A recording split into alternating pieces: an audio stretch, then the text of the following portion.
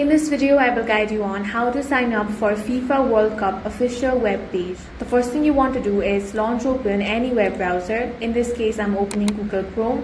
Now head over to FIFA.com. Once you get here, you want to click on the profile icon. Now select the option of sign up.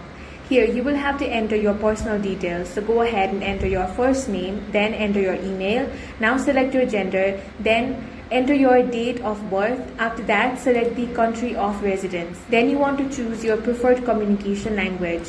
After that, click on the continue option. Now here you will have to create a password. Once you have created that, enter it again to confirm. Now check the box that says I have read and agreed to terms of service. Then click on the create account option. Now you will have to verify your account. So go ahead and check your email. Then copy and enter the code over here.